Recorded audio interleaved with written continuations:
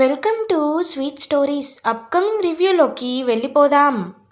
Rudra dummy చిన్ని విషయంలో విశ్వనాథంతో మీరు అప్పుడే తనకి ఎందుకు పెళ్లి చేయాలనుకుంటున్నారు అనేసరికి వీరు అక్కడికి వచ్చి అవసరమే బావా, ఎందుకంటే ఇప్పుడు తను పెళ్లి చేసుకుంటేనే తను సంతోషంగా ఉండగలదు. అండ్ ఏదైతే విశ్వనాథం బాబాయ్ గారు తన దగ్గర లేదు అని అనుకుంటున్నారో, లైక్ గమ్యం కానీ, కాన్సన్ట్రేషన్ కానీ, ఫోకస్ కానీ, బాధ్యత కానీ, అవన్నీ తనకి పెళ్ళైన తర్వాత ఆటోమేటిక్గా వస్తాయి అని అనేసరికి ఇంక వెంటనే అలా ఆలోచనలో పడతాడనమాట. రుద్ర, చూడండి మావయ్య గారు, మీరు ఒక్క క్షణం మా ఫ్యామిలీని మీది అని అనుకుంటే మేమే దగ్గరుండి జయ పెళ్ళిని జరిపిస్తాం. ఈ విషయాన్ని ఎలా అయినా నేను పెదనాన్నతో అనేలోపు అక్కర్లేదు బావా, నేను ఆల్రెడీ అందరికీ చెప్పాను, వాళ్ళందరూ ఇంట్లోనే ఉంటామని చెప్పారు, నేను ఒప్పిస్తాను బాబాయ్ గారు, మీరేం కంగారు పడకండి, మీరు ఆయన నొచ్చుకోకుండానే నేను ఒప్పిస్తాను అని ఇంక వీరు అయితే ఇంటికి బయలుదేరుతాడు. అప్పుడే గంగ ఆలోచిస్తూ ఉంటే రుద్ర గంగ దగ్గరికి వచ్చి, చూడు గంగ, ఇవన్నీ నువ్వు ఆలోచించాల్సిన అవసరం లేదు, నీ మెయిన్ ఫోకస్ అంతా కేవలం బాక్సింగ్పై మాత్రమే ఉండాలి, ఇంకా దేనిపై కాదు, అర్థమైందా అని అంటారు. అలాగే సార్ అని అంటుంది పాపం రుద్రతో గంగ. ఇంకా అలా గంగ బాక్సింగ్ ప్రాక్టీస్ చేసుకుంటుంటే రుద్ర ఆలోచనలో పడతాడు. రంగా రుద్ర దగ్గరికి వచ్చి, ఏంటి బావా ఇప్పటికిప్పుడు ఏదో పెళ్ళి అంటున్నారు, అది ఇది అంటున్నారు, వీళ్ళు ఏం ప్లాన్ చేస్తున్నారో నాకైతే ఏం అర్థం కావట్లేదని అంటారు. ఇప్పుడు విశ్వనాథం మావయ్య అత్తయ్య చేతులపై ఆ డమ్మి చిన్నికి పెళ్ళైతే ఏం జరుగుతుంది? వాళ్ళ కూతురు నా వాళ్ళందరూ ముందు ఒప్పుకున్నట్టే కదా. రేపొద్దున గంగ వచ్చినా ఏదో కావాలని చెప్తున్నారని లాక్ చేయడానికి, కూతురు అనే ఎమోషన్ని వాళ్ళు కంటిన్యూ చేయడానికే వీరు ఇలా ప్లాన్ చేశాడు. కానీ మన ప్లాన్ మనకుంటుంది కదా రంగా అని అంటారు. అర్థమైంది బావా, నువ్వెప్పుడైతే ఇంట్లో వాళ్ళని ఒప్పిస్తావన్నావో నాకు అప్పుడే అర్థమైంది ఏదో ప్లాన్ వేసావని అని చెప్పి ఎంతో హ్యాపీగా ఫీల్ అవుతారు. ఇంకా అలా వెంటనే ఎంగేజ్మెంట్ అయితే జరగడానికి రెడీ అవుతూ ఉంటుంది. ఇంకా అందరూ ఇంటికైతే వస్తారు. వచ్చిన తర్వాత వీరు సైలెంట్గా ఉండేసరికి శకుంతల, ఏంటి వీరు అందరినీ ఇంటికి రమ్మని చెప్పి సైలెంట్గా ఉన్నావేంటని అడుగుతారు. అప్పుడే వీరు, అత్తయ్య గారు, విశ్వనాథం బాబాయ్ గారి ఇంట్లో జయ ఉంది కదా, తనకి పెళ్లి చేయాలనుకుంటున్నారు, వాళ్ళేమో పెద్ద కుటుంబం కావాలి అంటున్నారంట, కాబట్టి మనం తనకి దగ్గరుండి పెళ్లి చేస్తే బాగుంటుంది కదా అని అంటారు. లేదు, నేను ఒప్పుకోను, ఆ సుధా నాకెంత అన్యాయం చేసిందో కేవలం నాకు మాత్రమే తెలుసు, అలాంటిది నేను తన కూతురు పెళ్ళిని ఎందుకు జరిపించాలి?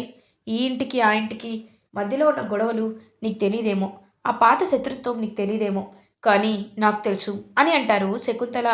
వెంటనే రుద్ర అక్కడికి వచ్చి, పెద్దమ్మ, మీరెందుకు అలా ఆలోచిస్తున్నారు? మీరెందుకు ఈ విధంగా ఆలోచించటం లేదు? రెండిళ్ళకి మీరే పెద్ద దిక్కుగా ఉండాలి కదా. ఎందుకంటే విశ్వనాథం బాబా మావయ్య గారు ఎంత పెళ్లి చేయాలనుకున్నా తన మేనత్త మేనకోడలిగా మీరక్కడ ఉంటేనే ఇంటికి కళ వస్తుంది. మీ చేతుల మీదుగా ఈ పెళ్లి జరిపిస్తే మీకే పేరొస్తుంది, రెండు కుటుంబాలకి పెద్ద దిక్కుగా మీరే ఉంటారు అనేసరికి ఇంకా ఆలోచనలో పడుతుంది శకుంతల. సరే, అలాగే చేద్దాం, తన పెళ్ళిని మనమే జరిపిద్దాం, రేపు తన ఎంగేజ్మెంట్ కూడా ఈ ఇంట్లోనే జరిపిద్దాం అని అనేసరికి ఎంతో అంటే ఎంతో హ్యాపీగా ఫీల్ అవుతాడు రుద్ర. ఇంక వీరు ఏమొచ్చా ఇదేంటి ఇలా జరిగిందని చెప్పి అక్కడి నుండి వెళ్ళిపోతాడు. ఇంకా అలా విజయేంద్ర అయితే ఎంతో హ్యాపీగా ఫీల్ అయ్యి సుధాకి కాల్ చేస్తారు. కాల్ చేసి హలో సుధా అని అంటారు, స్పీకర్లో పెడతారు. సో విశ్వనాథం కూడా అక్కడే ఉంటారు. సుధా, విశ్వాని ధైర్యంగా ఉండమని చెప్పు, ఆ పెళ్లి సంబంధాన్నే ఖాయం చేయమని చెప్పు, ఎందుకంటే తనకి మేనమామని నేనున్నాను, జయాకి రేపు ఈ ఇంట్లోనే ఎంగేజ్మెంట్ జరుగుతుంది అని చెప్పేసరికి ఇంక విశ్వనాథం కూడా హ్యాపీగా ఫీల్ అవుతారు. చూసారా అండి, అన్నయ్య ఏమన్నారు, నాకు తెలుసండి, రుద్ర ఖచ్చితంగా ఒప్పించేస్తాడని చెప్పి ఇంకా సుధా చాలా హ్యాపీగా ఫీల్ అవుతుంది. ఇది ఇలా ఉండగా మార్నింగ్ అవుతుంది. రుద్ర వాళ్ళ ఇంట్లో డమ్మీ చిన్ని అలియాస్ జయ ఎంగేజ్మెంట్ ఫంక్షన్ అయితే గ్రాండ్గా స్టార్ట్ అవుతుంది. ఇంకా అందరూ కలిసి తనకి నగలన్నీ వేస్తూ ఉంటే దూరం నుండి చూస్తూ సుధా అయితే మురిసిపోతూ ఉంటుంది. ఎలా అయితే నా కూతుర్ని మహారాణిలా నా వాళ్ళు చూసుకోవాలనుకున్నానో తన్ని అలాగే చూసుకుంటున్నారు, నిజంగా చాలా అంటే చాలా సంతోషంగా ఉంది అని చెప్పి పాపం ఎంతో అంటే ఎంతో హ్యాపీగా ఫీల్ అవుతారు. ఇంకప్పుడే విశ్వనాథం కూడా అలా చూస్తూ ఉంటారు. ఇదిగో నా మేనకోడల కోసం నేను చేయించింది తీసుకో అని అంటుంది శకుంతల. ఆ ఆంటీ అది అనేలోపు ఆంటీ అని కాదు అత్తయ్య అని పిలవచ్చు అని అంటారు శకుంతల. ఇంక విశ్వనాథ్ అంతా వింటూ ఎంతైనా రక్త సంబంధాలు కదా, అలాగే ఉంటుందిలే అని అనుకుంటూ ఎంతో హ్యాపీగా ఫీల్ అవుతారు. అలా ఇంకా ఎంగేజ్మెంట్ జరపడానికి గౌరీ పూజ సంథింగ్ అదంతా జరిపిస్తూ ఉంటారు. ఇంకా రుద్ర వాళ్ళందరూ హ్యాపీగా ఫీల్ అవుతుంటే గంగ మాత్రం అలా చూస్తూ ఉంటుంది. రుద్ర గంగ దగ్గరికి వచ్చి, ఏంటి సార్ ఇది ఇలా జరుగుతుందేంటి, తను డమ్మీ కదా, అలాంటిది మనం ఇంత ఖర్చు పెట్టి తనకి ఎందుకు చేయాలని అంటుంది గంగ. ఎంతైనా తను కూడా ఒక ఆడపిల్లే, తనకి పెళ్ళైతే బాధ్యత తెలుస్తుంది కదా అని అంటారు. కానీ సార్ ఇదంతా కావాలని ట్రాప్ చేస్తుంది సార్, ఒక ఉన్నవాడిని చేసుకోవాలి అని తను కావాలనే ట్రాప్ చేస్తుంది సార్ అని అంటుంది గంగా. గంగా, ఎప్పుడు ఎలా ఏం జరగాలో నాకు తెలుసు, నువ్వేమీ కంగారు పడద్దు, లాస్ట్ మినిట్లో ఏదైనా జరగచ్చు సరేనా అని అంటారు. సరే సార్ మీరు చెప్తున్నారు కాబట్టి ఓకే అంటాను అని చెప్పి ఇంక అక్కడి నుండి వెళ్ళిపోతుంది గంగా. ఇది ఇలా ఉండగా అప్పుడే ఇంకా జయ డమ్మి చిన్ని అయితే ఎంతో హ్యాపీగా ఫీల్ అవుతుంది. ఎస్, నాకు పెళ్ళి కాబోతుంది, వీడు కోటీశ్వరుడు, ఇప్పుడు నేను సంతోషంగా ఉంటానని చెప్పి అనుకుంటూ ఉంటే అప్పుడే కరెక్ట్గా ఇంకా వీరు ఏమో ఆ పెళ్ళికొడుకుని విశాల్, పెళ్ళికొడుకు పేరు విశాల్, వాళ్ళ అమ్మ నాన్ని కలుస్తారు. సార్ నమస్తే సార్ అని అంటారు వీరుతో. ఏయ్, నేను తెలుసని ఇక్కడ ఎవ్వరికి ఆఖరికి ఆ జయాకి కూడా తెలియకూడదు, అర్థమైందా అని అంటారు. అర్థమైంది సార్, మీరు తెలుసని తెలిస్తే తను ఫీల్ అవుతుంది కదా అని అంటారు. ఫీల్ మాత్రమే కాదు, ఇంకా చాలా, నువ్వు బాగా ఉన్నవాడివని బిల్డప్ ఇచ్చాను, నాకు మాత్రమే తెలుసు కదా నీ బ్రతికేంటో అని అంటాడు వీరు. అయ్యో సార్, నేను రోడ్డు మీద కూర్చొని అటు ఇటు చూస్తూ చిల్లరగా తిరిగేవాడిని, నా దగ్గరికి వచ్చి నాకు కోటిప్పించి కోటిచ్చి అమ్మా నాన్నని సెట్ చేసి పెళ్లి చేసుకోమంటున్నారు, అలాంటప్పుడు నేను పెళ్లి చేసుకోనా చెప్పండి, హ్యాపీగా చేసుకుంటాను సార్ అని అంటారు కదా. కాబట్టి సైలెంట్గా ఉండు, మీరు హుందాగా నటించాలి, మీరు లేని వాళ్ళని ఎవరికి డౌట్ రాకూడదు, అర్థమైందా అని అంటారు. అర్థమైంది సార్ అని చెప్పి ఇంక లోపలికి వస్తారు. నమస్తే నమస్తే అని చెప్పి ఇంక విశ్వనాథం వాళ్ళైతే పరిచయం చేసుకుంటారు. హలో విశ్వనాథం గారు, మీ గురించి నేను చాలా విన్నాను, నిజంగా మీ పేరు ప్రఖ్యాతులు, బాక్సింగ్లో మీకున్న పేరు, మీ అమ్మాయిని మా అబ్బాయికి ఇచ్చి పెళ్లి చేయడం రియల్లీ మాకు చాలా ప్రౌడ్గా ఉంది అని అంటారు. చూడండి, కష్టాన్ని నమ్ముకున్న వాళ్ళకి ఎప్పుడూ అన్యాయం జరగదు అని నేను బలంగా నమ్ముతాను. మీ అబ్బాయి గురించి కూడా మాకు పెళ్ళిళ్ళ బ్రోకర్ అన్నీ చెప్పారు, మీ అబ్బాయి కష్టపడి పైకొచ్చాడంట కదా అని అంటారు. "ఆ, అవును సార్, ఎంత కష్టపడ్డానో అని చెప్పి ఊహించుకునేసరికి అలా బస్టాండ్లో రైల్వే స్టేషన్లో కూర్చోవడం గుర్తొస్తుంది. "ఆ, అవును సార్, నా కష్టానికి తగ్గ ఫలితమే ఇదంతా సార్, నేను పెద్ద పెద్ద ఆఫీసింగుల్లో అనేసరికి ఒక్కసారిగా షాక్ అయిపోతారు. ఆఫీసింగ్లా అని అంటారు రుద్ర.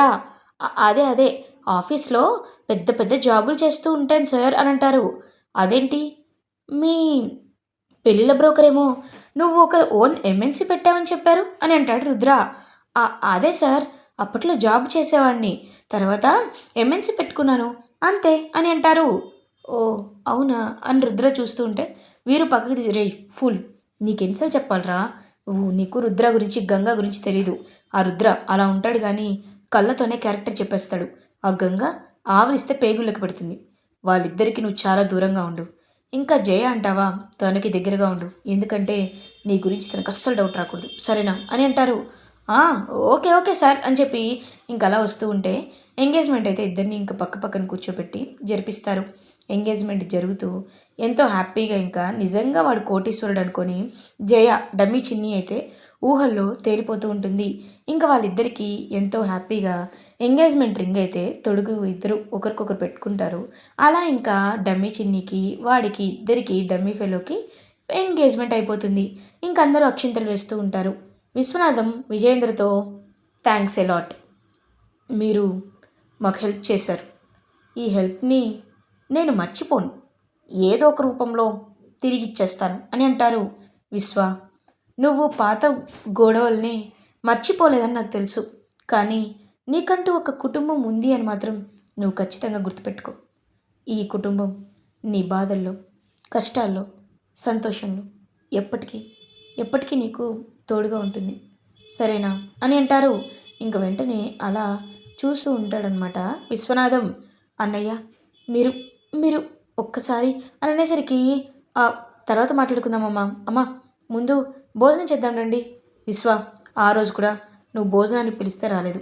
ఇప్పుడైనా ఖచ్చితంగా రావాలి, సరేనా అని అంటారు. ఏమండి ప్లీజ్ అండి అని అంటుంది. సరే అని ఇంకా అలా విశ్వనాథం వాళ్ళందరూ కలిసి కూర్చొని హ్యాపీగా భోజనం చేస్తూ ఉంటే ఇంకా అదంతా చూస్తూ ఎంతో హ్యాపీగా ఫీల్ అవుతారు రుద్ర ఫ్యామిలీ. అందరూ ఇలానే ఉండాలి. నిజంగా విశ్వనాథం మావయ్య గారి కన్న కూతురు ఎక్కడున్నా తెలుసుకుంటే ఇలానే ఉంటుంది కూడా అని చెప్పి ఎంతో అంటే ఎంతో హ్యాపీగా ఫీల్ అవుతాడు. ఇలా ఎపిసోడ్ ఎండ్ అవుతుంది. ఫర్దర్ ఎపిసోడ్ రివ్యూస్ ముందుగా మీకు కావాలి అనుకుంటే మా ఛానల్ని సబ్స్క్రైబ్ చేసుకోండి. Thanks for watching.